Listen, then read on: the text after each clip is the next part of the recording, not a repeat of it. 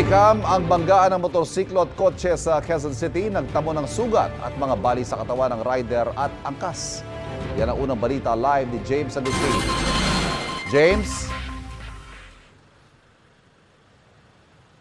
Ivan, hanggang ngayon ay nagpapagaling pa yung dalawang sakay ng motorsiklo na nasugatan matapos silang makabanggaan ang isang kotse. May panawagan din sila doon sa driver ng kotse na hindi man lang daw sila tinulungan na mangyari ang aksidente. Sa intersection ng NS Amoranto Street at Biak na Bato Street sa Quezon City, nakuna ng CCTV ang banggaan sa pagitan ng isang motorsiklo at isang kotse. Sa lakas ng impact, tumilapon ng dalawang sakay ng motorsiklo. Ang kotse naman tuloy lang sa pag-andar. Kita rin sa CCTV na tumayo ang lalaking motorcycle rider. Kahit hirap sa paglalakad, pinuntahan niya ang kanyang angkas. Humingi sila ng tulong sa napadaang motorista. Mga taga-barangay ang nagdala sa ospital sa dalawang nasugatan. Ilang araw matapos ang aksidente, bakas pa ang mga sugat sa paa at tuhod ng 22 anyos sa lalaking rider. Na-dislocate din ang buto sa kanyang kanang balikat. Masakit pa rin po yung ganto ko pagka gagalaw. Yung paa ko po pag nilalakad, masakit pa rin po, makirot. Ang 20 anyos ang live-in partner nananatili sa ospital at kinakailangan sumailalim sa operasyon. Meron na po siyang bakal po sa tuhod, suporta pa lang po yun. Bali, lalagyan pa po siya isang operasyon pa.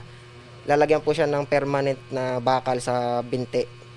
Kwento ng rider, sinundo niya ang kanyang kinakasama sa trabaho at pauwi na sila sa Caloocan na mangyari ang aksidente.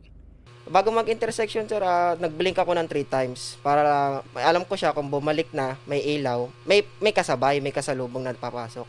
Eh wala pong bumalik, so nagdire-diretso lang kami, sir. And then nung nasa intersection na kami ng gitna, bigla kaming pumasok yung sasakyan na pagkabilis-bilis. Natandaan pa raw niya ang plate number ng kotse. Dismayado ang rider dahil hindi man lang daw sila tinulungan ng driver ng sasakyan. Kaya panawagan niya, sana po lumabas po siya para po mapag-usapan po namin lahat kasi po naabala rin po kami. Malaking pananagutan din pong pinansyal, wala naman po kami may lalabas na ganun-ganun po agad.